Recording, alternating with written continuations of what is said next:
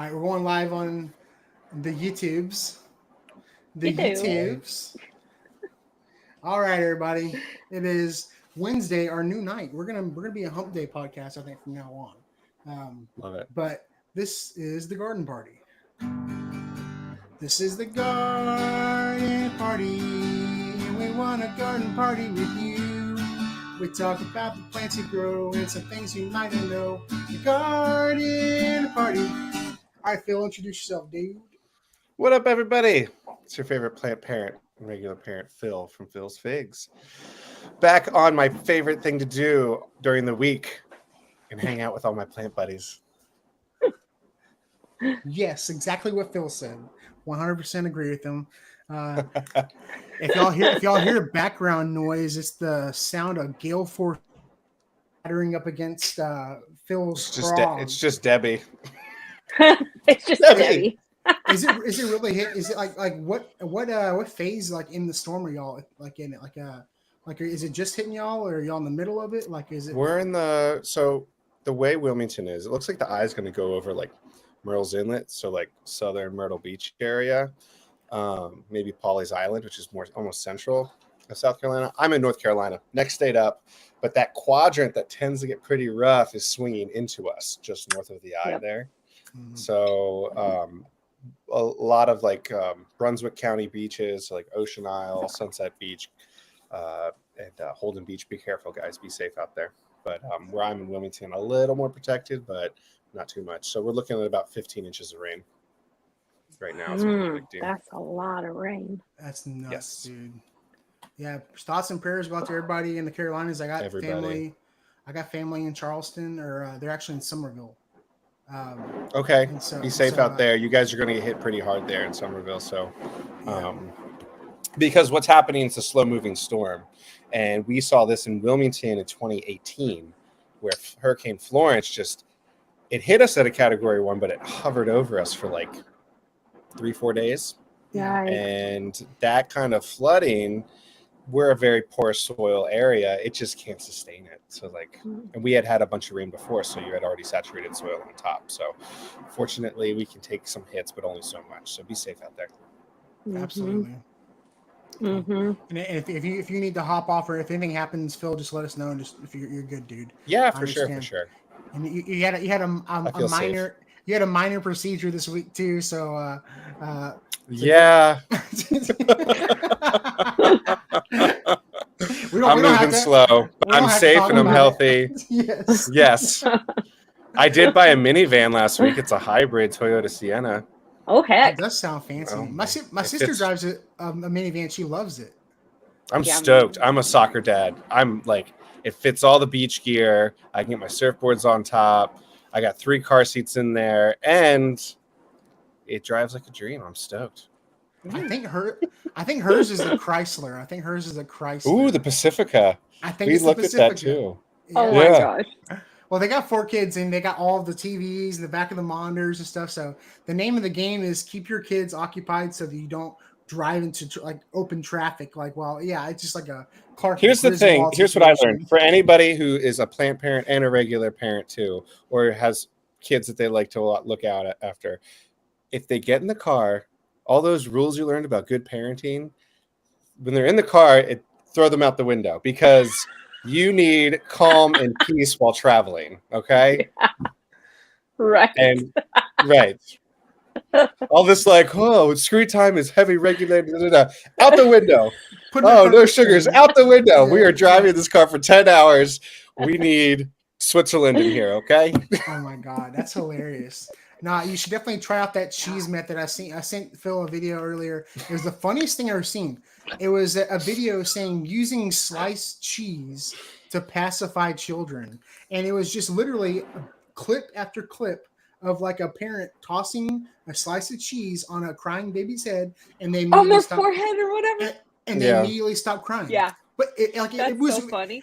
it would be weird if it was just To one be clip, but it fair, was I think 7. that would work on adults too. So I think if you threw cheese on anybody's forehead, they'd be like, all the babies are crying. so and they like go, you're gonna see some people in New York next week just being like, if someone's having a fit or an argument on the phone, they just plop cheese. Oh, I I will love it. definitely forward Okay. you that video, Des. I will forward it to you. Well, Oh my we have a gosh. wonderful guest that y'all might recognize. She's been on the podcast before. We got Gardening with Des in the house. Hello. Hello, hello. It should be gardening with Des and bugs or something, or gardening with bugs. I don't know.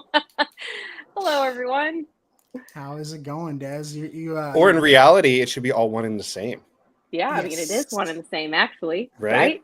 It should Something's just be- not eating your garden. It's not part of the ecosystem, in my opinion. that is And I like those very earrings. true. They have a nice Labrador essence to them.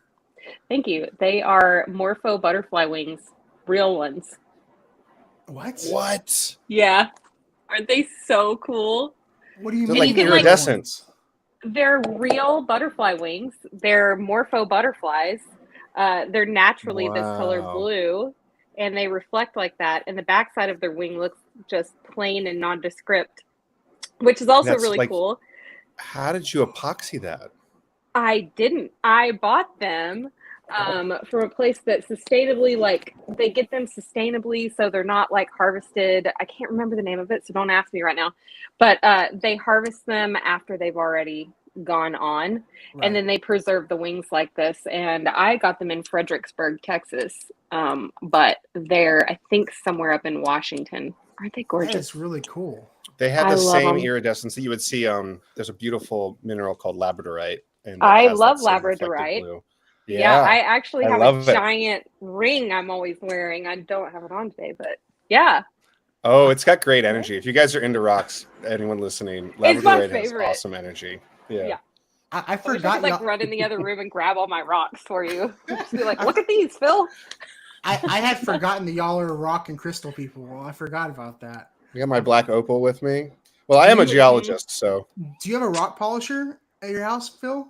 Like, no, I don't have a that'd tumbler. be I just cool, I trust but my they're tumbling so friends. loud. I went to my mom's house this past like summer, like last year, and she just randomly had one, and I was like, "What do you?" She had a load of like rocks brought in, and they like did her landscaping, and she was stealing the rocks out of her landscaping to stick in her little tumbler, and it was cool. I mean, you can get them like a Harbor Freight for pretty cheap. I mean, but they are loud, and you just put the different Yeah. solutions in there, right? hmm Well, Yeah, you have I to mean, keep it depends what putting she was stuff in there. tumbling. Yeah. Because like if she found some really nice granite with large crystallization in it, that would make sense to tumble it a little bit. But Yeah. but Just I make don't have smooth time rocks. to tumble. I got figs and my surfing, and I used to have like 17 hobbies. I've whittled them down That's to crazy. a I'm fine just adding Gandalf them. staff of 3 hobbies. Yeah, children will Um, do that, I'm sure. Children will do that. And Poor phase. yeah. Oh my Well, gosh. I want to say like that you bought that van for all the kids, but it's also to haul figs around too. You know it, man. Did you think about that? How many figs you can carry in that? Yeah, because you have to. I'm like, okay, if I pulled all these chairs out of here, I got a lot of space to work with. Yeah. Yeah. So there's that, and I think we also have like I have very much shoved a ton of figs into my Nissan Leaf that's electric I love and taking it I to love events. And it's like a clown car of figs when I showed up to some of the events. Like at Gabriella's, the plant ecologist, when I did an event with her, I must have had like 30 fig trees in there. It was awesome. That's love that's it. the girl I was telling you about, Des, before the podcast. The one that does like she was showing me some of her pendants or whatever that she had gotten. Oh, the And I was little like, pins. Yeah. Yeah. I was telling her Gabriella does stuff like that, like really. I cool just stuff. talked to her today. She made a fig plate. And I'm like, I need to have this. She's like, What? I gotta keep it for myself. But it's a fig plate for figs, and I'm gonna have it. So I'm looking out for that. But she does stuff like you do with like using wildflowers and she epoxies them and but Ooh. she like made a Cool. smart key out of one of them too for like exchanging like your contact info. So She's super What? crafty. Very she's crafty. crafty and yeah. I also have some swallowtail butterfly wings that I did do this with. I actually have started, I had last year started doing like butterfly wing, like jewelry. And Yeah. right now on my kitchen table, I'm not kidding. Like I've been collecting like bugs in the yard forever. And Yeah. I've just started pinning them. My kitchen table is full of entomology like stuff. That's cool that like I It's could see like you I've got the encased coolest like a cicada thing, like a cicada shell in there, and like Oh kind of my like this, like an Yeah. egg size. They're so Well, I'm loud not right doing now. that. I'm actually like literally pinning butterflies right now that I've gathered in the yard.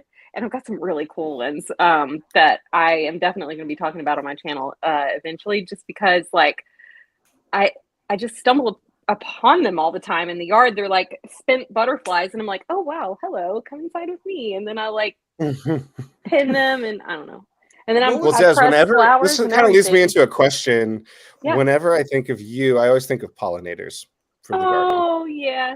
Hey Des, And so, like, move your chair over like a little bit to your left, the center you up a Mile little bit this more. way. Yeah, perfect. That's better. Okay. That's better. perfect. Okay. And cool. so I actually got some maypop and I got some milkweed right to put. And I was realizing like all my pollinators are not near my garden beds. So I was like, Yep. why am I not interplanting in my garden beds? So that's what I'm doing with those two. I'm hoping they shoot up. Lantana maybe. Don't do that with the maypop. But Okay. just because, like, honestly, I love my passion vine, my maypop vine. I love it. Okay. But it is coming up in my neighbor's yard. It is like, it is I will send you videos of this thing. It is everywhere. Does it And drop every time I seeds? have a friend, it, no, it shoots out runners. Like it Oh, runs it's under the runners. ground. Got it. Yeah. Oh, it's Like, rhizomnal. yes, I planted a dead twig of that and I was like, oh, that's not going to come up. And then I realized that I planted the like really aggressive one and I was like, oh, thank goodness, that's not going to come up. And then 2 years later, after we had this major snowstorm, snowpocalypse, I think it was 2021 or whatever, it came up everywhere. And ever since then, like it rises from the earth with a passion that cannot be matched by any other thing I've ever planted. Wow. I love it. It's amazing. Currently, it's dropping fruit everywhere, and it's raising variegated Gulf fritillary butterflies. It's raising Gulf fritillary butterflies, and it's raising zebra longwing butterflies, which is amazing. So I've got 3 different kinds of butterflies making their, doing their whole cycle on this gorgeous vine. But I'm like battling it constantly. I'm like pulling it up from everywhere.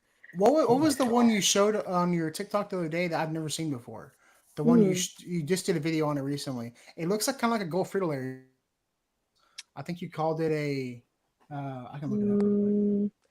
There was a zebra longwing I talked about. I talked about the bordered patch butterfly. That's the one, bordered patch. I've never seen that one before.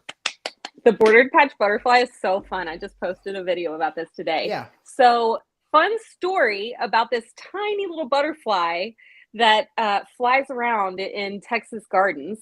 I'm sure it may be other places, but it's super prolific here, especially after we've had some rain in the summer and in the spring and stuff, because it makes a host on the multi-branching sunflower, the Helianthus annuus.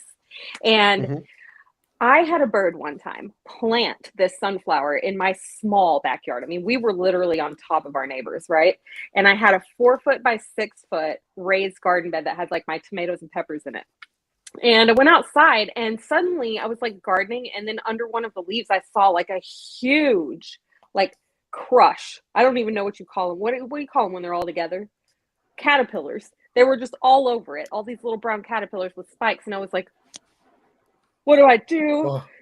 I like called my husband out here. I was like, what is this? And he's like, I don't know. I'm like, I don't want to, but we got to get rid of them because they're going to eat my tomatoes, And he was like, no, let's Google it, So we Googled it and we realized that it was the bordered patch butterfly. So I posted a video about it and I'm actually pinning a couple of them because there's so many of them in my backyard right now that I'm finding, little spent butterflies all over the place. But that's their host plant. They didn't go after your tomatoes. No, of course not. No, that's so. I'm sorry. rare. I'm so excited. I Host get very excited about pollinators. So the thing about most butterfly caterpillars and moth caterpillars or whatever they are, they really only want to like be on their host plant. And the cool thing about nature and host plants is that they've also evolved to be plants that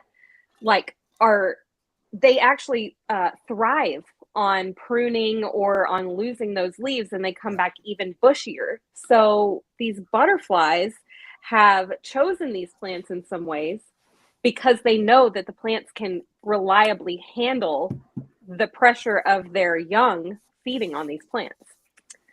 So it also leads down this whole other rabbit hole of gardeners saying to me all the time, like, why do you let, these caterpillars eat your plant? And I'm like, well, because this plant is for them. And it's just so fun. I just love to talk about it. I don't know. They thrive. So Get me they like, I mean, it's like commensalistic evolution where they like learn to like depend on them, and the plant actually probably benefits from the pruning of the larva in the first place. Yeah, that's incredible. Regenerative pruning from the actual from nature. No, that's what I do now. I've kind of learned from you and some other people that I have certain parts of the garden near like my propagation station. I've got my old greenhouse, and I've turned that into a passion vine hoop house. I've got I don't know what variety it is. I got it from a friend, but I'm keeping all mine in pots, and so hopefully that'll keep them from spreading like wildfire. But I was curious because you said the specific variety that you have is one of this a little more wild, a little more crazy. They'll take off. The one I've got is it's just the regular. Well, I've never actually gotten a bloom from it because they always eat it before it even blooms. But the other one that I just got is the Snow Queen. Yeah, it's not that one. Yeah, but what's really weird is they'll be all over the regular passion vine, and they sometimes won't touch the Snow Queen one. It's really weird. I think they know or something. They know that other one is more capable of handling. I think insects are very attuned to scents and pheromones and things like that. So they're probably already hooked onto what exactly they want, and they get that smell, that aroma, and they're like, I'm in. This is it. This is the one. Well, maybe for that one, I'll actually start getting. They can eat the other one, and I'll start getting fruit off that one. I've had passion fruit flavored stuff, but I've never actually had a passion fruit. Like oh gosh, it's like tastes like candy in Hawaii. It makes sense because I'll eat it. Like I've only had passion flavored candy. Like that's all I've ever really had. Yeah. You open it up and it smells like summer. Oh yeah. God. It's a little ball of summer. If you smelled it. Don't say ball around Phil. I'm sorry. If you had if you had said something though, I would have literally brought a passion fruit because they're falling all over the place right now, and opened one up so you could see what's inside. I have them in the kitchen, but they're amazing. The seeds from the passion vine, which is oh my gosh, what am I talking about? Anyway, the seeds in there, they're kind of like these fluid-filled like pouches, and then the little seed in the center. And one end is always like really tart and the other is super sweet. And it kind of like smells like what you expect like sunscreen to smell like. Really? But they're so much fun. Yeah, I love them. So it came with the Snow Queen when I got it. I got it over at Enchanted Forest, and it already came with a ball. It had a ball on it, but it was hollow. It was I'm sorry, Phil. This is rough, dude. I'm sorry. But and then you crack it open. Is this what we're going to? It's like because it just crumbles on top, and you remove the contents. Well, I'm just curious of like the process of the seeds going from a flower to the actual fruit. Will it turn into a ball and then it'll be like kind of hollow and then it'll fill up? Is that how it usually works? Like the process of it going to So one thing to note actually about this is that yes, it is a ball-shaped fruit, and it starts out really small, and then it gets bigger, and the seeds inside are really tiny.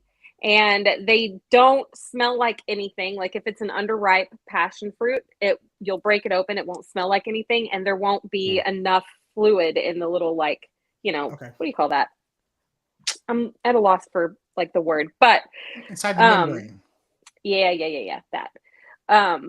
But cavity. One thing is that usually you need to let them naturally fall from the vine. If you try to pick them off the vine early, then they're not ready. Another thing is that not all passion fruits are edible. So some vines you can't eat the passion fruit from. So you need to double check and see which one you have to make sure it's okay to eat. But some of them are not edible. Well, it's just like there's some are like they have like ornamental pineapples, ornamental like Yeah. pomegranates, like that. Most of them are edible. They just don't taste very good, or they don't have much meat on them. You know, like I think I read that the ones that you can't eat might be lightly poisonous, but you'll have to double check me on that. We'll find out, won't we? Well, let's not. I've already Google it. I've already survived eating quite a few elderberries, and I did not know. Congratulations. Yeah, I was on the phone with poison control, and I was good. No, I watched the video. Thanks for catching them, Jorge. Thanks for catching Yeah. them, not letting them Yeah, I know. Gosh. Jorge saved consume my so life. many. Jorge saved my life for sure. But that's Jorge really is the passion. best. Yeah, he's great. Passion flower are beautiful too. They Yes. they seem so detailed and intricate that I was like, they have to attract something, and so Bumbles. they apparently do. Oh yeah, Giant, fat, fluffy nopes. Huge bumblebees will go in there and they'll like belly flop all up in there, and then they'll just like take a nap inside the weird flower. And I'll just stand that's out why there they're so much sometimes and just looking at better 'em, at pollinating than the European honeybees, right? Because covered in fur. because they are belly flopping and everything, and they're just like Baloo from the Jungle Book. Most native bees are going to be better pollinators than the Eurasian bees, because the native bees, they don't have they're smaller, so they have to like go to more. They're going to go to more flowers. They're going to do more cross pollinating, which is pretty cool. And some have even specialized to only visit one type of flower. Which is crazy. Wow. Yeah, like the squash bee. They're super cute. And you can see them in the early morning when the squash flower first opens. You can go out there, you can look inside your squash blossom, and way up in there, there'll be a bee just hanging out. And then they'll take a nap. Yes, they're super cute. I've done a video on it. And they're all over the US? Yeah, I believe so. Yeah, the squash bee. They're super cute. Bee. I need some. So you like can go out there in the morning and see them, but you know, in the afternoon that flower closes up. Hopefully it's pollinated, and then it'll turn into your squash. So mostly you need to check for them right in the morning. Does that work for zucchini too? Yeah, zucchini counts as squash. Yeah. All zucchini is squash. Yeah. Yep. Zucchini is squash is zucchini squash. I was on my new friend who we're gonna get on the podcast. His name's Ryan, and he's from West Virginia, and he has like 35 Guinness World Records for like giant pumpkins. Yeah, he's really cool. Pumpkin guy. The big pumpkin guy. So I was on his podcast last night, and he was talking all about that. Because we're talking about pumpkin pie, and he was saying that most of what we eat as pumpkin pie or pumpkin filled something is typically not actually pumpkin. It's stuff like something like a princess pumpkin. They're actually not pumpkins, they're squash.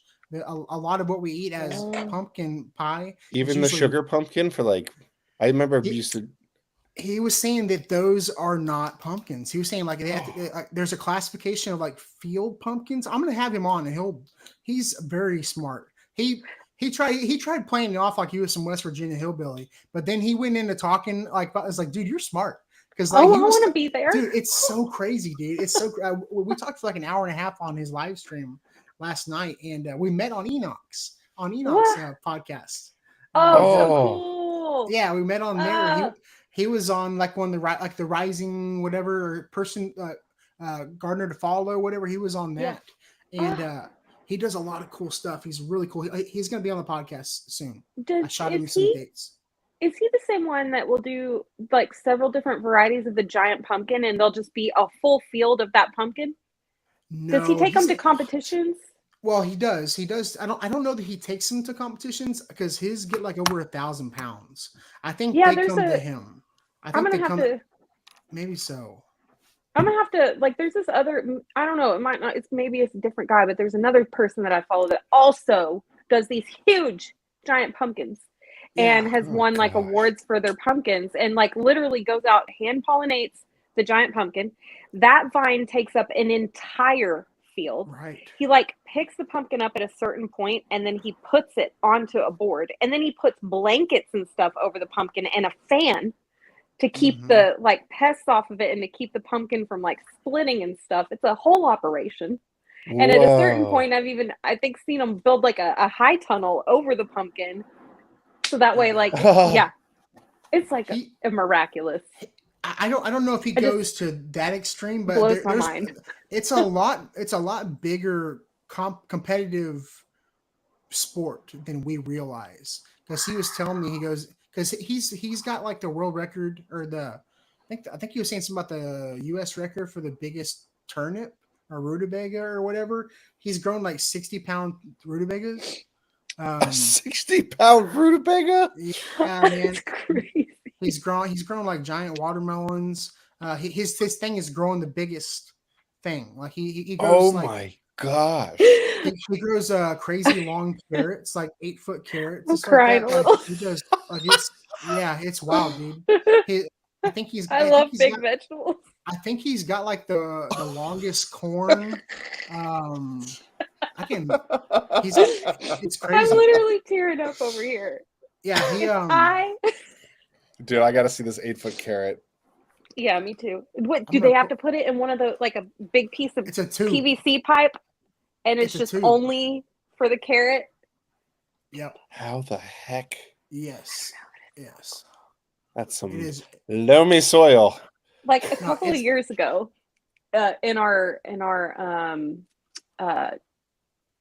demonstration garden at the extension office here in Austin, one of the master gardeners grew like a whole patch of sweet potatoes, and we were wrestling to get these things out of there.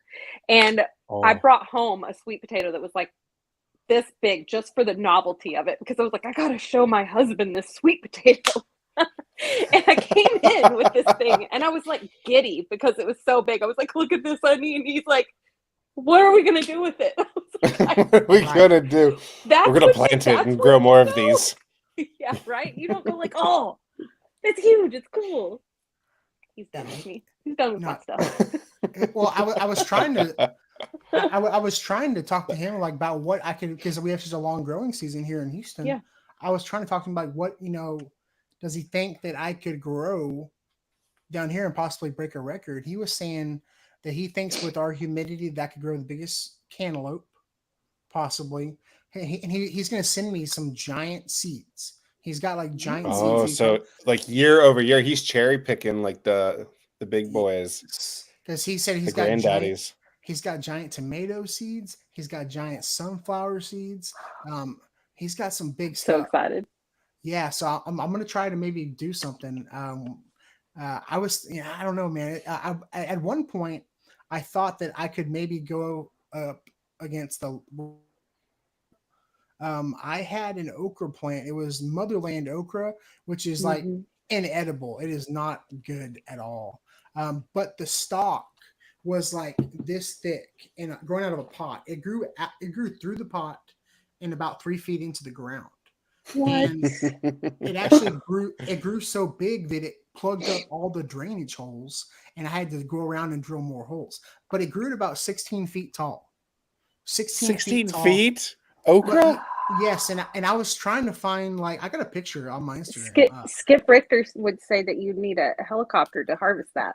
Right, exactly. I was using a pole saw to harvest it. Yeah. I got those little Fisker pruners. It's like a pole. How have I not seen this video? Oh, there's definitely a video of it. I definitely have it on my Instagram. Oh my gosh. Oh, man. We're gonna have to get to scrolling. The person who has like the world record for the tallest okra, they grew it up the side of a building, and it's like this thick, going all the way like 30 feet. No. Up, like straight up. No. How do you do Yes, that? I swear. It's like 30, 40 What variety feet tall. is that? Oh, it could be any variety. What they do is every time it puts off shoots, they trim them off, so it just focuses all of its energy on growing straight up. But it should be. We were talking about it last night on the podcast. Make sure y'all go listen to Heavenly Hills Homestead. But Going to. They should make sure that, and he's going to call you. He wants you to come on too, Phil. But it should be, if it's a world record, it should be self-sustaining. Like you can't like have any, because he was saying that guys do like the world record tallest sunflowers and they build like scaffolding around it.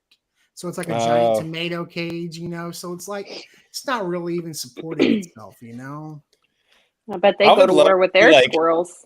Yeah. Oh my gosh. I saw we're gonna just tangential flight right into that because I stopped one today. Yesterday. Did. And he knew exactly what he was doing. Like to the point where like sometimes squirrels you go boo and they're like, oh, and they run 10 steps and they turn around and they're like, oh, he's still there, and they're kind of like scanning you. This one didn't even know. He knew, and he just sprinted, and didn't even look around till he was halfway up the fence at my property line, like 40 yards away. I was like, that little brat knew. He knew exactly what he was doing. And half the figs gone anyway. Like, I do not mind the nature text. I want to support my flora and fauna that lives out back, but I need some of the figs. That's Phil's figs.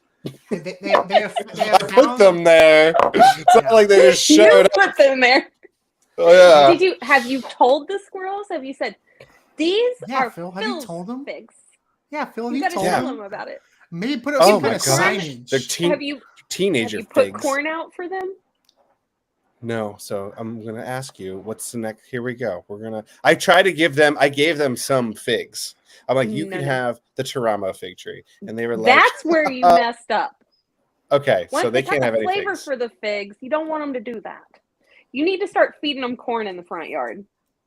Corn in the front yard. He's got figs in the corn in the front yard. I don't have figs in the front. I do. I keep it. Yeah, I do on the side. Feed them across the yard and in the front yard.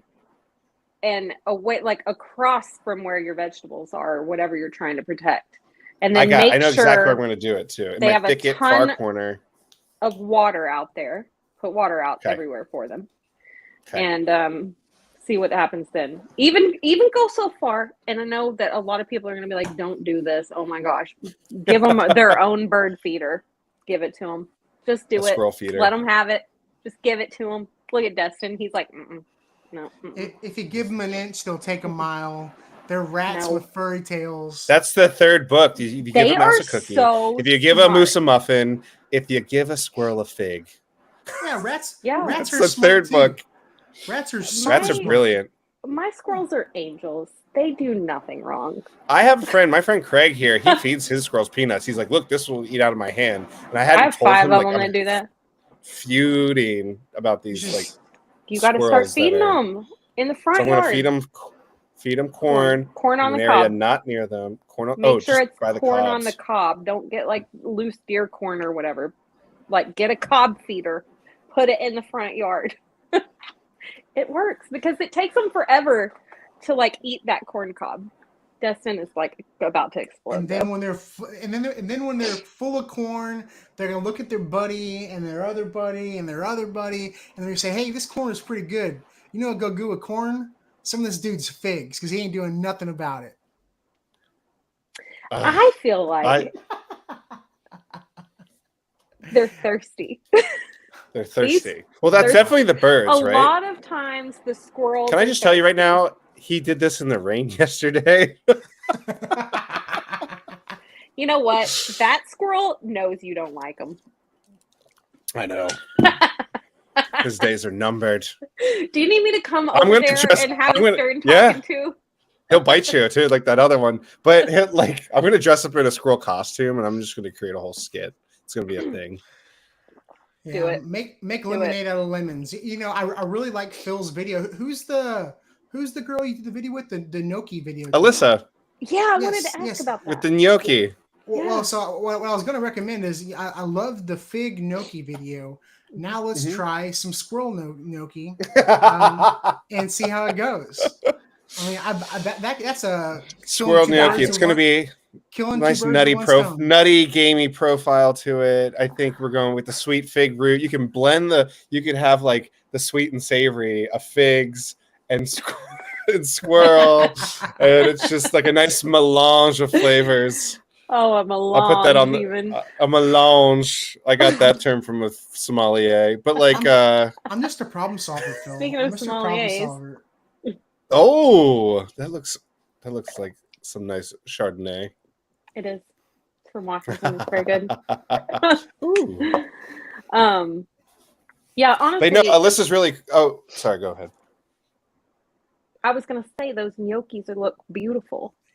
The way she rolled them down the wood board, and they had the grooves in them.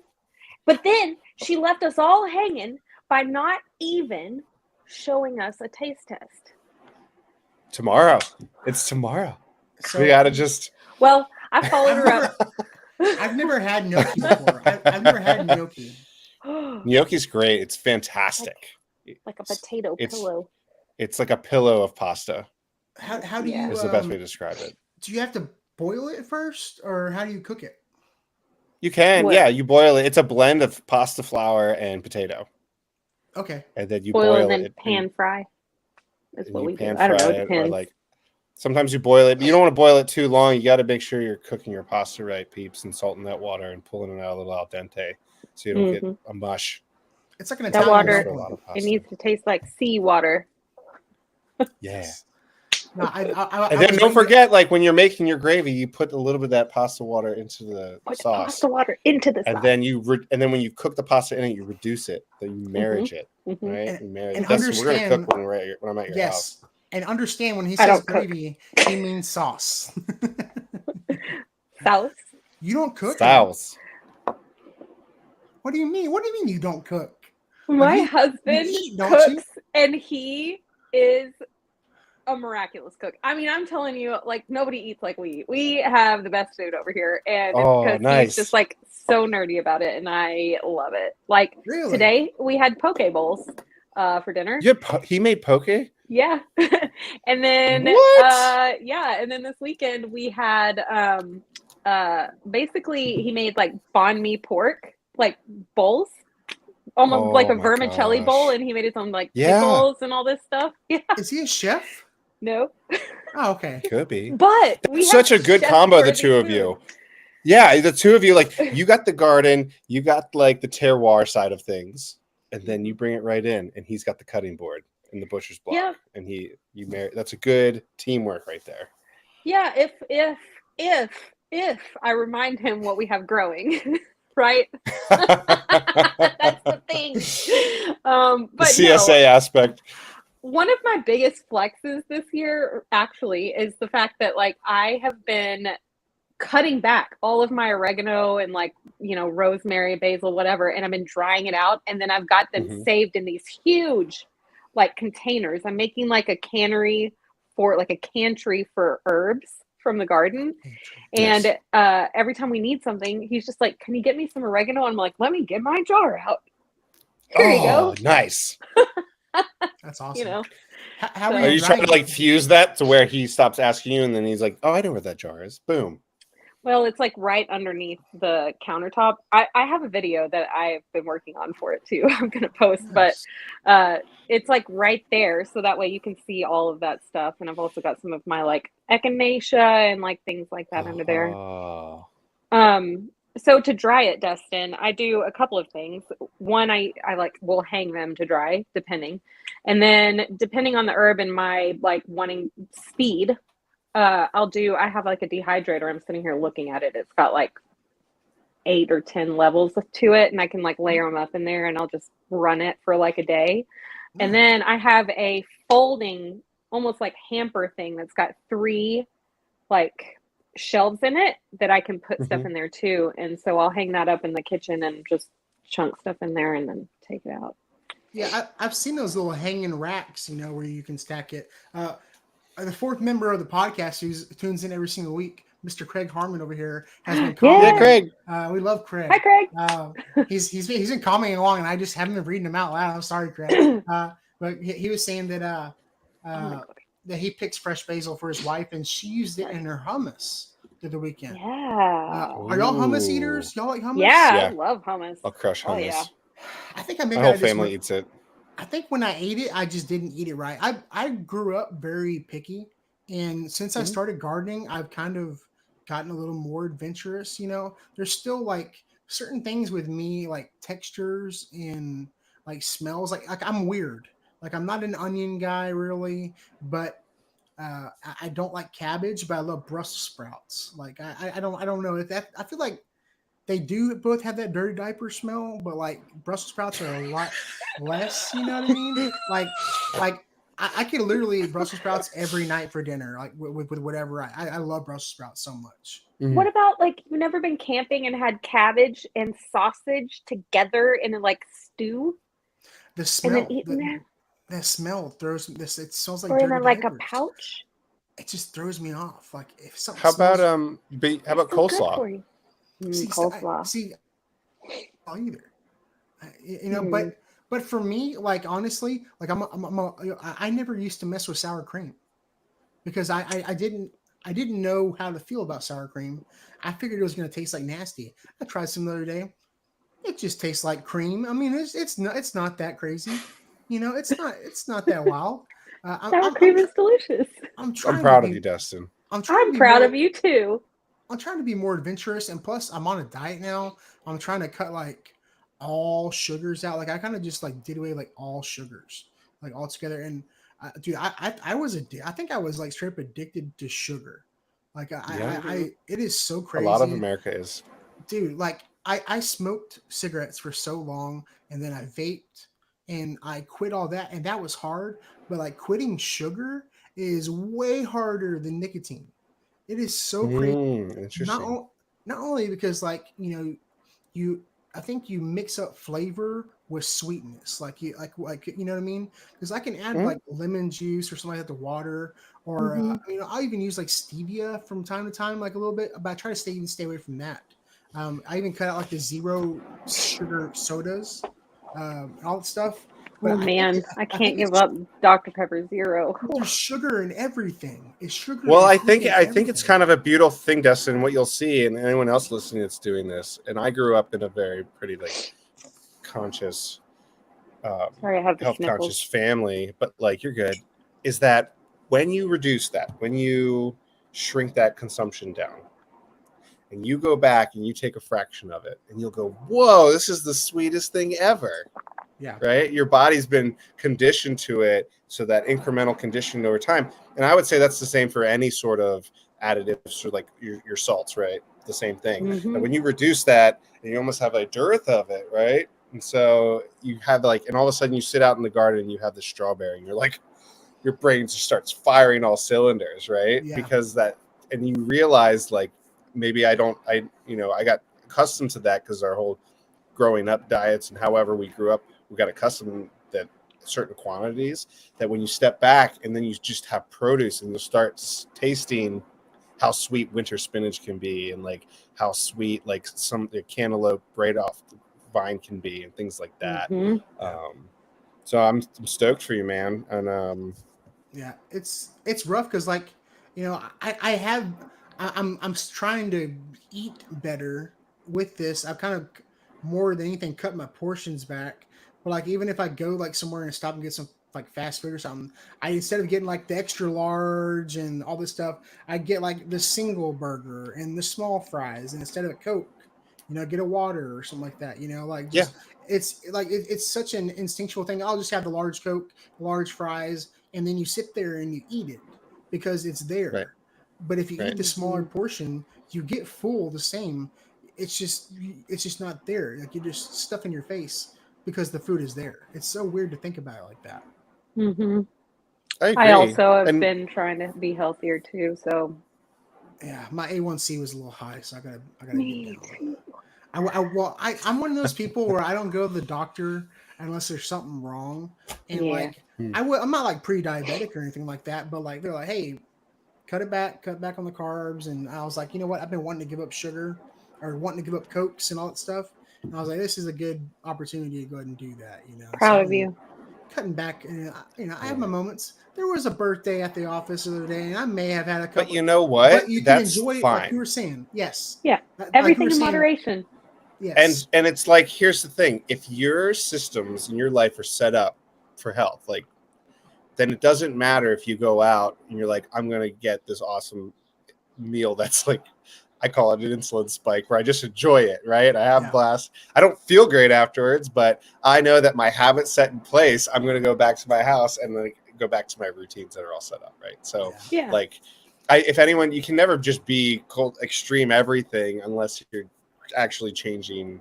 My wife has a really good statement. She's like, we don't always reach whenever we don't reach the goals that we aspire for, we fall to the systems that we have. So it's important that the systems that we have in place, and that probably goes for everything like gardening, right? That's our foundation, is the systems we have. So go enjoy those being burgers proactive rather than reactive. Yeah, and I've been trying like that. 2024 has kind of been a year of like resetting my defaults, because like Phil was saying, you know, like, great statement. You go back and you do something, you change something up and it doesn't work, and you go right back to the way you did it for, like, you know, I was always the guy that was spraying single week, you know, spraying it nonstop. And this year I really cut back on spraying as often, you know, instead of once a week, I was maybe doing it once a month, maybe, but not as much and not as often, you know. And I was seeing really cool results in my garden up until a certain extent. Summer came and it got rough, you know, but that's to be expected. The goal is to harvest as much as you can in the spring here in Texas, and then do it in the fall, because summer is kind of a wash. So, but you know, I was noticing that when I did see mockingbirds in the backyard, they weren't necessarily going for my tomatoes all the time. They were going for bugs. Like, I would literally see them eating bugs. I was seeing more ladybugs. You know what I saw more than anything this year was the milkweed assassin bug. I saw so many. I've never seen that many ever. The milkweed assassin bug. Oh, they're red and black bugs. Yeah, they have like they're like a light red, almost orange. They have like a black diamond on their back. Well, and I come to find out, I didn't know this. I don't have that much milkweed in my house, but guess what? I do have a bunch of plumerias. And guess what? Plumerias and milkweed, I don't know how closely related they are, but they both have that very milky sap, and the same stuff that goes after milkweed will go after plumerias too. So the milkweed assassin bugs will hang out on the plumerias too. Wow. Yeah, man. That's crazy. I love it. Dude, did you see my picture? Do you get seed pods on your plumeria yet? Me? Phil. No, I have not gotten any seed pods yet. I'll have to check, actually. We'll see if they're still on. I gotta go look at your post. They look like little thin crab claws coming out where the actual flower was. I've seen some videos, because my goal with like my plumerias, my adeniums, I've got a collection of them now. My goal has been put them close together so that when the bees and the butterflies come around, they're cross-pollinating. Because if you have to do it yourself, people might think like at the front of the flower is where you would get in there and get the pollen. What you have to do is get like a stick and a piece of fishing line, and you go way back in there and grab the pollen and go from flower to flower. So if you can have the pollinators do it for you, it's better. So my goal is to, because I've had good success growing plumerias and desert roses from seeds, is to get a rooting or a stock of, you know, exotic varieties, to grow my own to sell. You know what I mean? To get my mother stock, you know, of plants and stuff. So I'm hopefully we'll see what those seeds produce. You know, it could take anywhere, for a seed grown plumeria could take up to like 3 years to produce its first bloom. Amazing.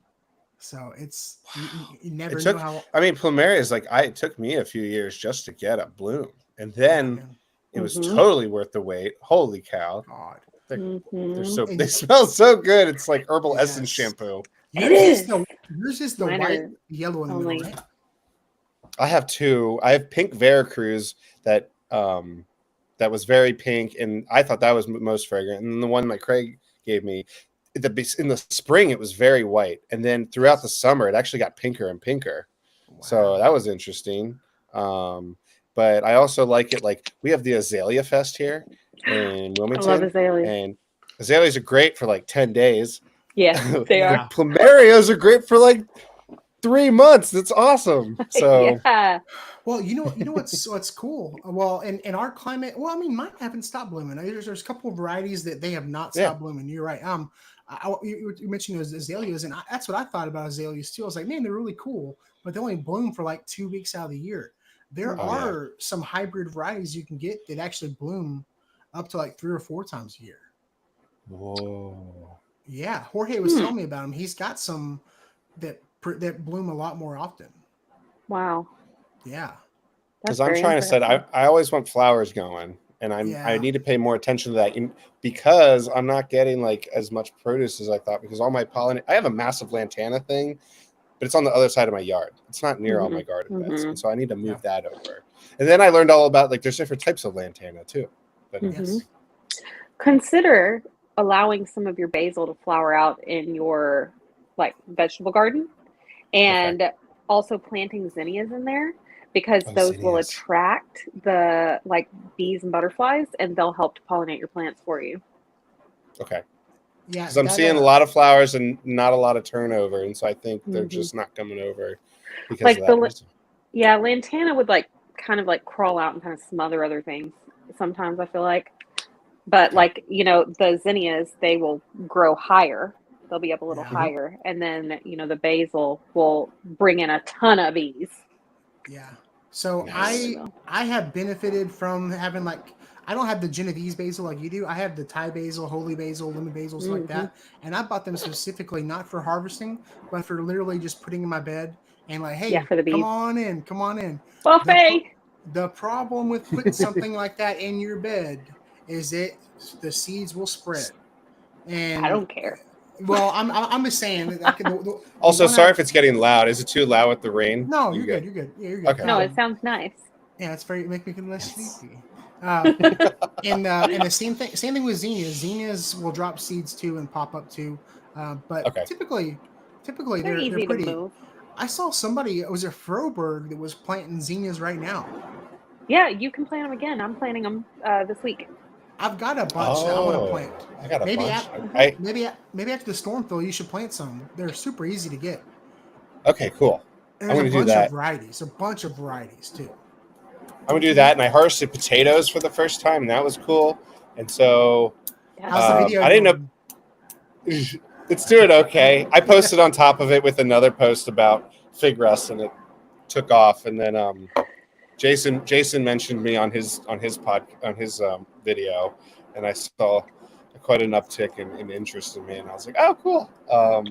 The most interesting man.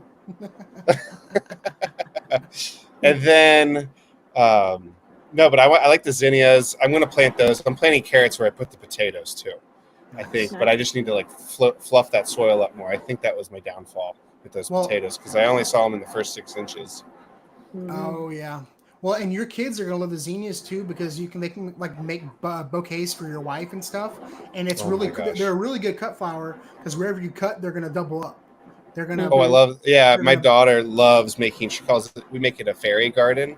And we do it underneath this tree, and we make this little fairy thing, and I get to be like full like magical. Shout out. Yeah, exactly. Shout out to Bandit from Bluey. He helps inspire me to be a better dad and imagination time with my kids. But so I'm going to do that with my daughter would really get a kick out of that. So zinnias, more basil. I have no problem with either of those. That sounds great to me. I would make another recommendation, because and this is something that's a little easier, because you can move it around and see where it does the best. But like I grow a lot of portulacas and stuff like that here, and they I keep them in pots, and you can just set the pot around. Like you can put flowers and other perennials in pots, like 3-gallon pots, and move them around and set them like in your raised bed or around your raised bed. That's what I do. I mean, a lot of my tropicals and stuff, I'll move them around, in 3-gallon pots, 5-gallon pots, whatever, around my garden beds. And it just kind of works out really well without actually having to plant them in the ground. So yeah. I am too lazy to have pots. I can't do it. I can't do it. I was sitting there yesterday morning. I was sitting there looking at some autumn sage in a giant pot I had, and it was just withering, and I was like, oh, here I go to water this 10-gallon pot. again. You know, and I keep thinking, You have to do it I just need tomorrow. to get it out of there and put it in the ground. It'll do better. Do I do that? No. So in 2 days, I'm going to be sitting there having my coffee, looking at that thing again. Like I need to get it out of there and move it. Ugh. I thought my wife was gonna kill me the other day on Sunday. I was cleaning out my garage, or it was Saturday actually. I was cleaning out the garage, and I'm the worst person about like if I go to the store and I see a beer or like a seltzer, a new seltzer, or something like that. The packaging always sells me, and like they're never as good as they look on the package. And so like I bought this one, and it was like pretty strong. It was like double the alcohol of like the normal one, and I didn't like it at all. And it's been sitting in my fridge for like 6 months. I was like, I'm gonna go through this fridge and pour all these out. And I poured. I do what I usually do is I come out Just here. poured them out. I pour in the flower bed. I did come out and I pour them in the flower bed or whatever. And I think they might have had too much alcohol in them because I almost wiped Killed the out my. plants. I think I might have killed two. The variety is called Skittles. It's Oh, like no. it's like a variegated Lantana. It's really cool. I think I might have killed them with that seltzer. Yeah, Just well, it's over. probably got a lot of sugar in there too. Well, it's never been a problem in the past. I've always poured them out in there. You know, I was like, I'm gonna water this later. I just want to give, but I think it was too much alcohol. Is it the same spot that you pour everything out? Is that your pour out spot? I mix it around. Okay. Like, that's what I'm saying. He's just like, in his compost, just dumping it in his compost. yeah. Hey, There's a bunch of drunk bees at Destin's house. I've actually heard that pouring beer in your compost is not the worst thing in the world. I could see that helping. That'd Here. be a lot of stuff to latch onto, and Yeah, Yeah, maybe but not. Like maybe a not ton like of it. sugar stuff. no. The sugariness. Right? Maybe not. I don't know. Probably more like yeasty, not the right kind of yeasty stuff. Because there are fermentable sugars and there are non-fermentable sugars. Yeah. Because I mean, I don't know. I don't know much about compost. My compost pile is just a giant ant bed. I don't know what you do to. Is yours just full of ants, Phil? Like, is it full of fire ants? Mine's full of tomato plants. Oh, the volunteers. Yeah, no, the whole thing. It's a raised bed of cherry and spoon tomatoes. It's crazy. Love it. I love have to spoon just- tomatoes. They're so She cute. loves the spoon. Oh, so you do cute. too. Everyone's like, "What are spoon tomatoes?" I'm like, "They're the cutest little." They're the fairy most tomatoes on the planet." adorable little nonpareil looking Yeah. caper style tiny little tomatoes, beep, little beep. burst of flavor. You shall be in my salad today. you You know. should be in my mouth. Yeah, exactly.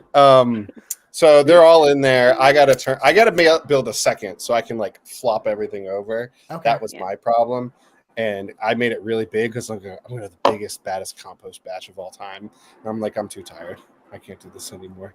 I gotta go back I to don't my do it face. anymore. Mine just turns into an ant bed no matter what I do, no matter what I put in it. I put a lot of coffee grounds in it, and coffee grounds are supposed to ward off ants. Apparently mine love coffee because like I'll go out there and like 1/3 of the entire side will just be one giant ant hill. I'll go out there, break it up, put some DE down, and then I'll come back and they did the exact same thing on the opposite side. It's just like Oh no! I've added orange oil to try to like get it out Cinnamon? of there, and it's just cinnamon only works if it's dry. Like if it stays dry, but once it mixes in that compost, there's too much moisture. I don't want to put anything harsh in there because it's got a bunch of worms and a bunch of roaches and stuff. Every time I stir that stuff up, there's roaches and which are good for the breakdown of stuff like that. but, Roaches like, are very important, even though they're Yeah. gross. they are gross. Can They we are talk gross. I about that? do Because not I like think they're so them. gross. Yeah. They are super gross, but honestly, we need them. Ew. Here in Austin, we have the giant tree roaches. They're literally everywhere. You could see them in your peripheral. They're like climbing on the wall. They fly. They're Oh, unpredictable. God. I hate them. It's like Let's get Joe's that- apartment. See those in an earring. I want to see those in an earring. No. Are they I different will from the palmetto literally- bugs that we I talked about will here? absolutely run away from them squealing like I a don't know, girl. man. I really Roaches- will. The roaches we get a hair about 3 to 4 inches long. They're pretty big. Like that Oh long. my gosh! They're Wings. monsters. They're not like Madagascar hissing. They're thinner. No. They don't have the Yeah, fat thorax or whatever, but they No. are. They're- They fly and they're They're massively have- 'cause we have ours, inappropriately we call 'em- large. We call them palmetto bugs, and they can range anywhere from like 1 to 2 and 2.5, 3 inches. Oh my and you're god, like oh, that. Yeah. Well, and that's like if you're someone like me who does a lot of like hugelkultur beds where I put a lot of like logs and Oh wood yeah, chips, yeah. you're Yeah, every they're time all you up in there. every time you dig down, it's like oh, you know. And dude, Also, you know what's- do you have the God, ox beetle grubs? I'm sure the big ones. They're the big shrimp size ox beetle grubs. They're like that big around. No, hell no. Oh, There's dude, I've no we way. seen have so many of ones those. in I our love logs that them. are like this long. They I look mean, like that Pokemon. You know what I'm talking about? yeah, Yeah. they do look like a Pokemon. They're like that big around. I get them all the time. I even I have one of the well, you know, I'm weird. So I have one of the beetles in the other room. I'll have to show Oh, Can you we really? see at it? some point. Yeah, I'd have to get up and go get it, but I'll go get it. No, Don't do that. Don't Really? leave. It's no, I won't leave. Stay. It's so big. I'll show it to you later. But I always show it to people because they're like, "What is this weird grub that's huge? It's so gross." I'm like, "It's an excellent composter. You need it. It eats only dead, decaying matter in your Mhm. garden, old wood, things like that." That's But nice.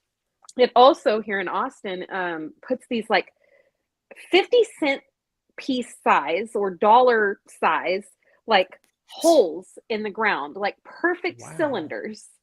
And that's what those are. And so people, a lot of times I'll see it. It'll be on the Nextdoor app or like whatever on Reddit. And somebody's like, what the heck is this? Is it like an armadillo or something? Because armadillos will kind of do that because they like to dig around for grubs. But no, it's actually these beetles. They're I don't huge. see I it- love I don't them. see those very often here. How long do they live? Like you have a beetle. Like how long will it live? The beetle is not alive, guys. Oh, No. This guy is no longer with us. knowing you, I assumed it was alive, like in a terrarium of some sort. Well, you know, that would not be too far of a reach, but Yes. no. Like yes. No. He's I assumed it was just like alive. my little show and tell guy that I'm like, this is what this is. This is what's digging your holes. Like they're harmless. They're really dumb. You know, just you'll find them on the patio upside down in the morning, flip the idiots back over. It's fine. Oh, I have this Haley, crazy bug that like snaps. It like Oh, like a popping bug? does. It's a click Yeah. bug. It's a click bug, but they're big. Oh, you don't know what the click bug? I know them now. I usually the first time I ever saw one, it was They're inside cute, of a but rotten. It was scary. inside of a rotten willow tree. Oh, It was like right on my front. They're like almost as long as you like my pointed finger, maybe a little like this big, maybe, and they're just like ooh. they'll just snap and they'll hop around. You're like, please stop. I just want to go inside. It has Oh, like wow, I love it it. has eyes on the front and back of its head. Yeah. Yeah. Yep. Yeah. I need Now, you to send me a picture of this bug. That's so I'll show it. exciting. It's really cool looking. It's They really don't do neat. anything So now, fun. except no, annoy us. they break down. They break down. This is the one that we have here in Texas. I'll show my screen. Put up on the screen. Yeah. So this is the one we have in That's Texas. it. That's Oh it. yeah, those guys. We have those. I've seen those. It's- It freaked me out the first time I saw it Mhm. Those are because big. it is quite large and it made that clicking noise that kind of freaked me out. And then Mhm. having the eyes like here and kind of eyes here kind of mimics like a bird Oh, or so some cool. sort. It's very Right. strange looking. But yeah, the size of it alone freaked me out the first time I saw it. But Oh I my think gosh. but it was inside of a rotten willow tree. Yeah, you can see this is the size right here. What? I Yep. think I took a Yep. I love think, them. I think it looks like a fishing lure. It does. So It's very cool looking. That's a I click love bug. it. Yeah, pretty neat. Super cool. Bugs are Absolutely. so cool. Bugs are cool. I used to not like bugs. I used to be so afraid of them. And now I'm just like obsessed with learning everything I can about them. Well, I think the more we understand about them, the better we can be at, controlling. I don't want to say controlling them, but I'm sure y'all get Coexisting. Yeah, I wouldn't say coexisting because some of them I want to kill. But I get a lot of comments in the in my DMs like, hey, I need to get rid of this bug, and like they'll show like the leaf and it's all eaten up. And I was like, well, do you know what was eating it? And they're well, no. I was like, well, I won't tell you then because I'm only going to tell you a specific thing to use against that bug. You know, Yeah. if it's like cucumber beetles or vine borers, whatever, I'd rather not, recommend you use like an all-purpose kill everything, Nope. Method. And the more we can kind of, use trap crops and cover crops and, deterrents and companion planting, the better off we are for our ecosystem that we're trying to coexist in, Exactly. Haley commented in the chat. She said, don't forget to try diluted molasses. So this is going to be like not regular molasses. It's his horticultural ants? molasses. Yes, for ants. Cultural Yeah. molasses She for said ants. she said it'll be it's beneficial for the compost too. But like I said, this is not regular molasses. It's horticultural molasses. You can look it up. Huh. Horticultural molasses. Here in Texas, I forget the company that makes it here. I can't think off the top of my head, but there's a specific company out of San Antonio, I think, that makes it. They make like Hosta Grow and stuff like that. Oh, I love Hosta Grow. It's like one of my favorite fertilizers for indoor starts with the M. stuff. Starts with the M. They make my orange oil too. Medina. Yeah, Medina. Yeah, Medina. I knew one. Molasses. Yeah, they make the orange oil. I love using orange oil in the garden. I'll use it when I have ant beds or whatever. If I have ant beds that pop up in the yard or like in a bed, or even if especially when I pull everything out of the green. I don't know. You have a greenhouse now. What Phil and Des, you both do. Mm-hmm. I've noticed over winter, my pots just get completely taken over by fire ants. Every single spring when I pull them out, every pot is just. It's like lizards because it's warm in there. Yeah, I mean, it's got decaying material breaking down the pots. I hate them, but I love them. Like as long as you're not like biting me at the time, I don't really mess with them because they typically are very beneficial for your soil. Even the fire ants, they will break down this. If you go get a pot there's full of fire ants and you kill the ants, but you dump out the soil is like silk. It's the nicest, most well manicured soil you ever felt in your life. If I get fire ants in my figs, I don't even I will just soak that whole pot. I'll soak the whole thing. In a few days they'll be out of there. Really? If it's not in the ground, they can survive it, but they don't want to be around it. And so it's easier water, for me you put it like a thing of water. You could do it in water, or I will just douse it and fill it up. In the wintertime, it won't evaporate so quickly or drain. And so they'll get out of there in a few days. Oh, wow. It's very impressive how fast they move. Yeah, I was pulling out some of my plumerias that I grew from seed last fall, and they're already like a foot tall. And I had them all in 6-packs, and I pulled them up, and the whole tray was just covered in ants. It was like this chills. Dude, it was like the scene from Titanic. It was everybody, all the babies and all the stuff. They're like, ah, it was Godzilla. Oh my God. And it was wild. But my go-to method is what I do is I'll do a spray bottle. I'll do like 2 ounces per gallon of that orange oil and do like a little bit of soil drench, a little bit of trunk and stuff. And it asphyxiates the ants. It chokes them to death. They can't. It's something with their lungs. I know they breathe through like their skin or whatever. It's weird. Ants are really fascinating. They are pretty fascinating. Mm-hmm. Yeah. I've been having a hard time with them climbing up my pergola to where the passion vine is and eating my caterpillars though. So. Oh no! Yes, they will. Are the lizards eating them? The ants? Yeah. Are the lizards eating the caterpillars? No. See, no. That's what I was wondering. The wasps and the ants get them.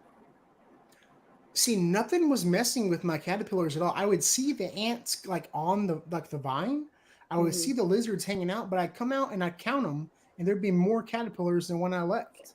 The gold fritillary butterfly, they know what's up. They lay a lot of eggs, and they lay it on the passion vine, the most passionate vine. And so there will be a ton of caterpillars all the time. Even if you think there's not any, there's a ton. Yeah, I'm excited for mine. Yeah, I was just curious, and I haven't done any research into it. I need to, because I didn't know if maybe there was something that was in the caterpillar that was like a deterrent, a toxin or something like that, or what. No, I just think that Some of them are just it's numbers. Maybe it's maybe numbers. those ants were on to something else. Maybe they were feeding on some aphids somewhere around there that you hadn't seen yet, or It's that was just possible. part of their path or whatever. But Yes. no, the ants will definitely, they'll all swarm on top of a caterpillar and they'll just eat that sucker. Really. Oh my gosh. Yeah, Yeah. I see all kinds of fun nature all the time. How are your chickens doing, Des? Oh, they're good. Tweety Bee hasn't been feeling very well lately. She was on some antibiotics and an anti-inflammatory for 2 weeks, but she's better now. That's your Okay, oldest good. chicken? No, that's my special needs one. You know, with the crooked beak. My baby, she thinks she's a dog. My baby. She's the and one that's then- inside a lot. Yeah. She's inside currently. She's in there. Yeah. Ruffles also, she is actually in the double-decker suite today. She's like up in the top level because since it was 110 with the heat index here today, Oh my gosh. and she's all by herself in this one coop, and it's just in the hell strip in my yard where it's just blasted by heat all day long. Yeah. And she can't be with the bigger girls where it's super shaded. Occasionally I'll like put her out Is for she half just a like day and low bring on her the? back Is in. she that low on the pecking order, where she'll just get beat up? Yeah, she's even lower than Tweety Bee. She's at the very bottom of the pecking order. Tweety Bee will beat the crap out of her. So we have to keep them separated. We have tried to get them together on multiple occasions, and it's just not happening. Well, Oh no. Yeah, that's she's only rough. a pound and a half.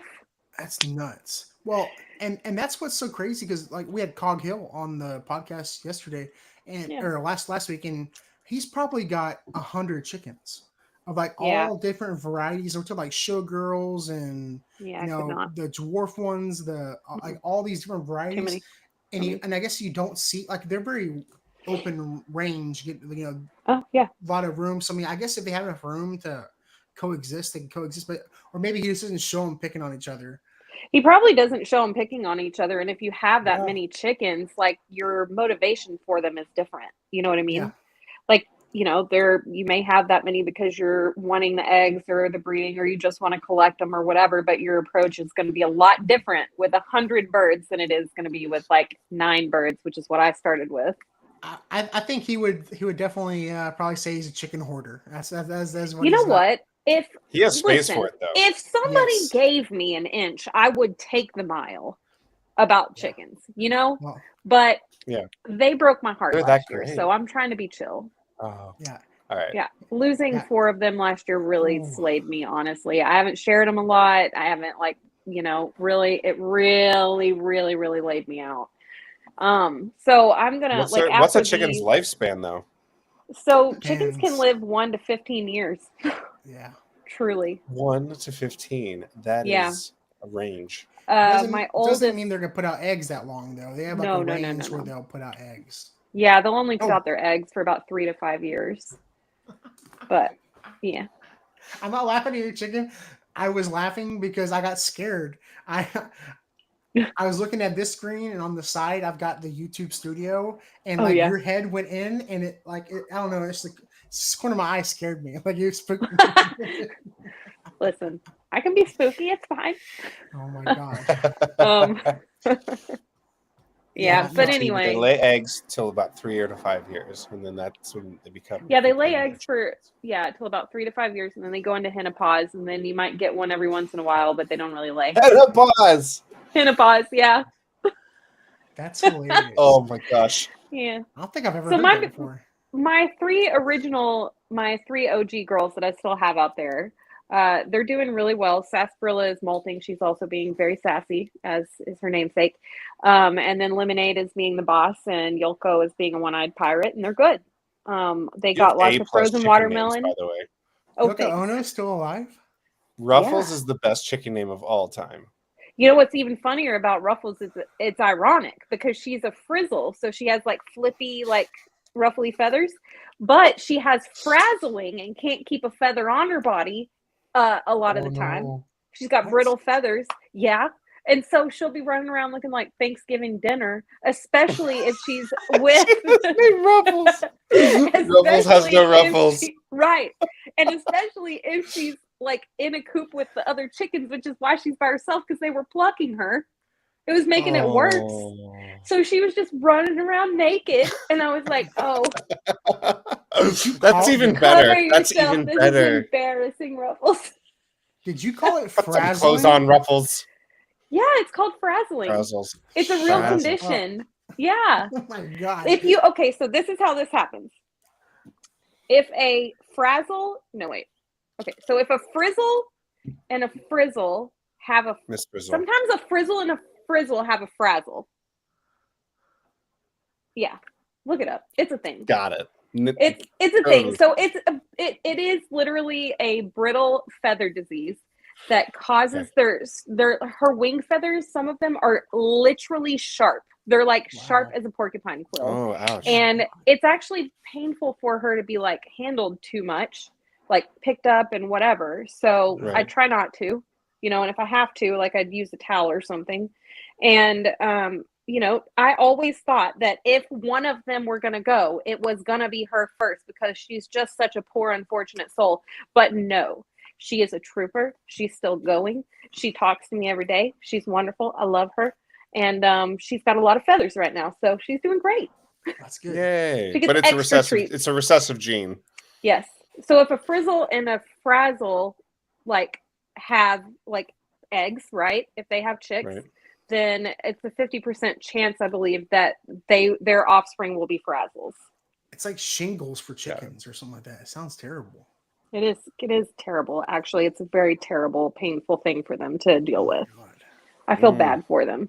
Seriously. They have a lot more pen feathers and depending on the setting, some chicken keepers may decide to cull those birds if they're not doing very well. Guys, I'm so sorry. The timer. No, you're good. No, I mean, it would make sense, like, just because save them some of the suffering or whatever. But you're a very passionate bird mom, so I'm sure she's very well taken care of. Yeah, I am a bird nerd. Some might say, I just really love birds. Yeah. It's a problem. And all living creatures, for that matter, you see the symbiosis of it all better than others. I do love all living creatures. And when I was a kid, I was always rescuing something. And still, to this day, I get texts from people all over the world saying, "Hey, what do I do with this little critter I found?" And I'm like, "Oh, well, drop it off at this place, or I'll come get it. I'll take it to the appropriate place." Can y'all believe some of the comments I got on that video I posted? Was it 2 weeks ago? It was a house wren, and there's a English, like a Carolina wren or the little brown guys. It was one of the invasive ones. Oh no, the English sparrows, or it was like the English sparrow, but it was a little. I was packing up the bags to go to my in-laws, and I was loading up the truck, and it was raining, and I walked out the front door with my bags in the front of me, and I looked down, and there's this little fledgling just sitting there on the, and he's sitting there on the front porch, and I was like, "What's up, little dude?" It had been raining so much that week. This is like the week of Beryl. That worms were coming up out of my flower bed onto the concrete, and so he was snacking on those worms and stuff. But he was this little wet, soaking mess. Poor baby. I got him some bird seed, and I just kind of, when it comes like that, like I did the video of that mockingbird in the spring and stuff, I just kind of leave them on their own, because those little English, they don't nest in trees or anything. They nest like in the bushes on the ground and stuff. So like, he didn't follow the nest or anything. I knew where he was living, but I just thought it was really cute to give him a little bit of bird seed and be on my way, leave him alone, But I had people commenting that said you should, that bird, because he's invasive.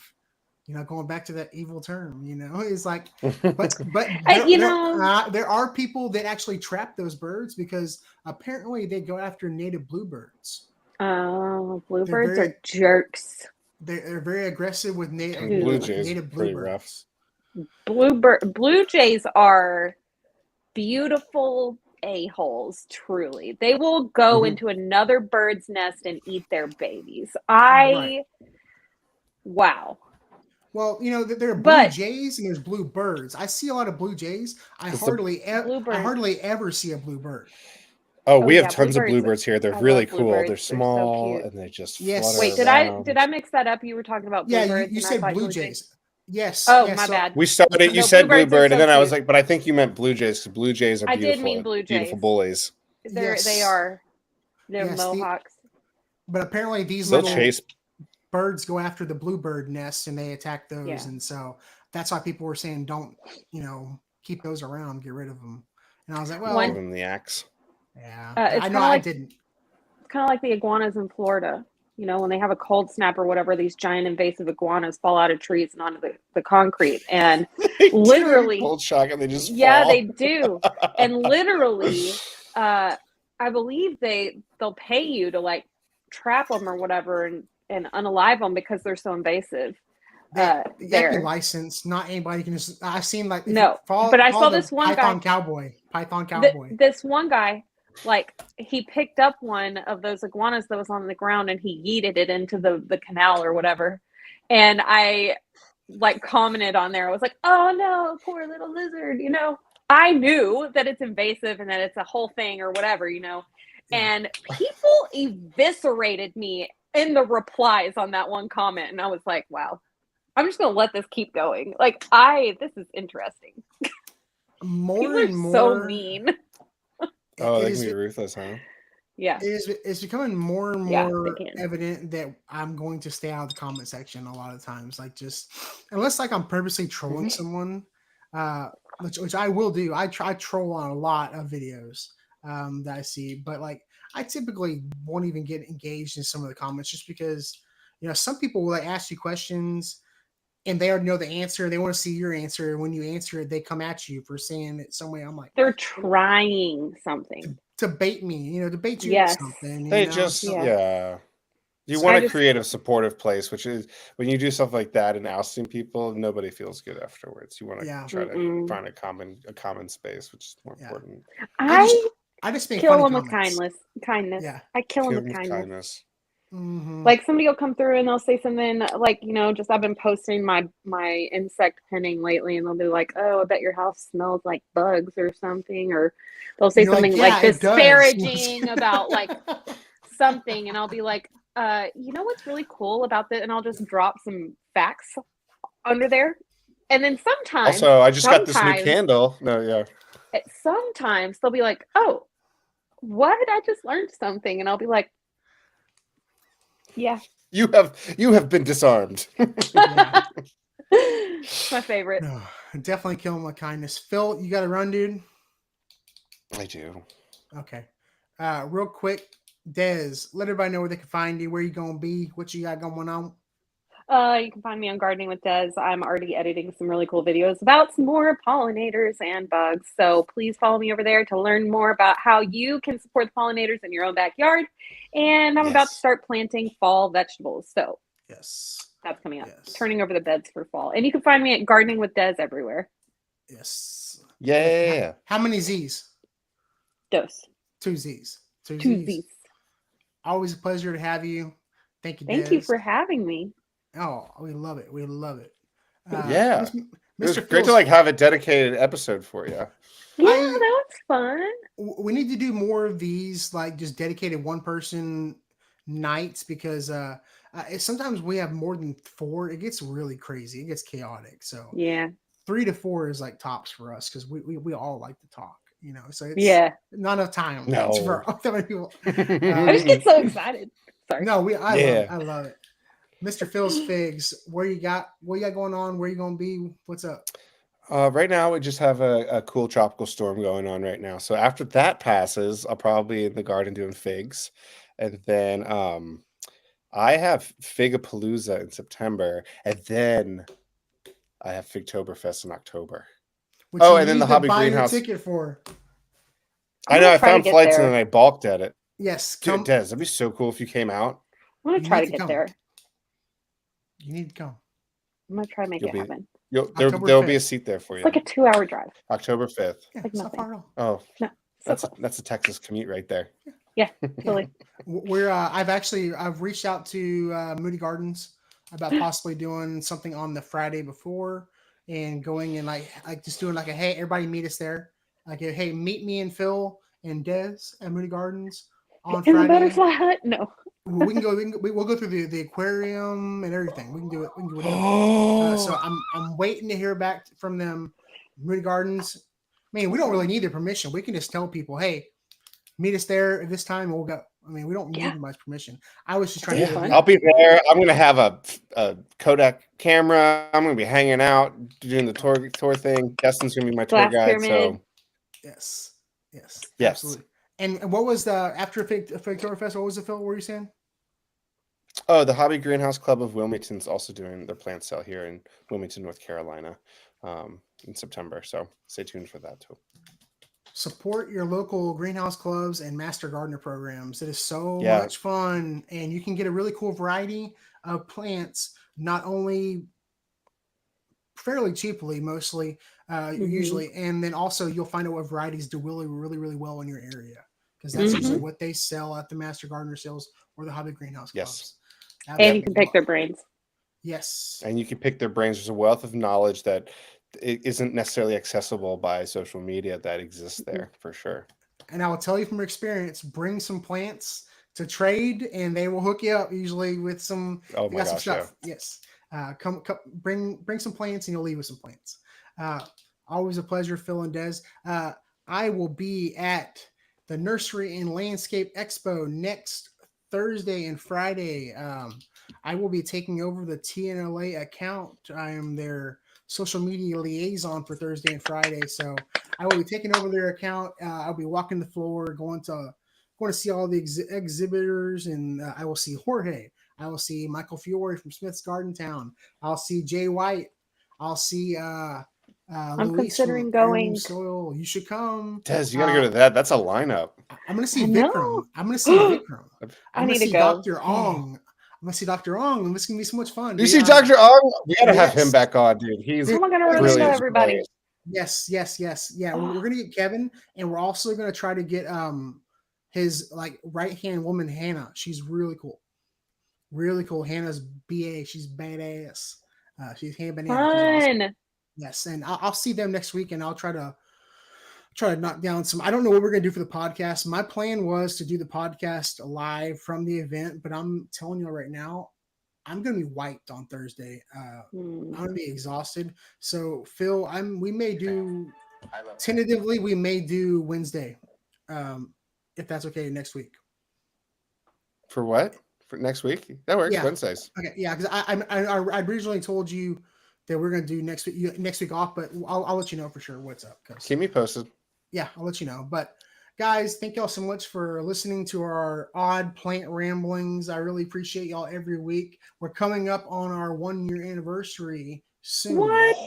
Yeah, man, we've been doing this for almost an entire year, and I have not missed a week. I have not missed 1 week, and I will never miss a week. Oh my I god. don't care if I'm in a coma. You put me in front of the camera, and you We'll just just go, prop you up in know, the stop. corner. Yeah. No big Let's do a deal. giveaway. Let's give should- some stuff away. Yes, Yeah. we will definitely do that. And I do have some episodes. We're going to get some sponsors soon, actually. So that's going to be coming up. What? So yeah, we're going to be cool. legit soon. We're going to be legit. We might be able to pay people soon. No, I don't know all that. I'll never. I promise you right now, I'll never make money off this podcast ever. You know Oh my what? As long as goodness, it's guys. fun, then keep doing it. That's the most important thing. We have so much. I have so much fun. I tell people that this podcast is the most fun thing I do, and it takes the least amount of effort. The time literally flies by. It's just so easy with Phil. And I look forward to always. this every week. 100%. I always Yep. look forward to it when I'm on. Thank you. Absolutely. Well, thanks again, guys. Thank y'all for hanging out, and we will see y'all next week.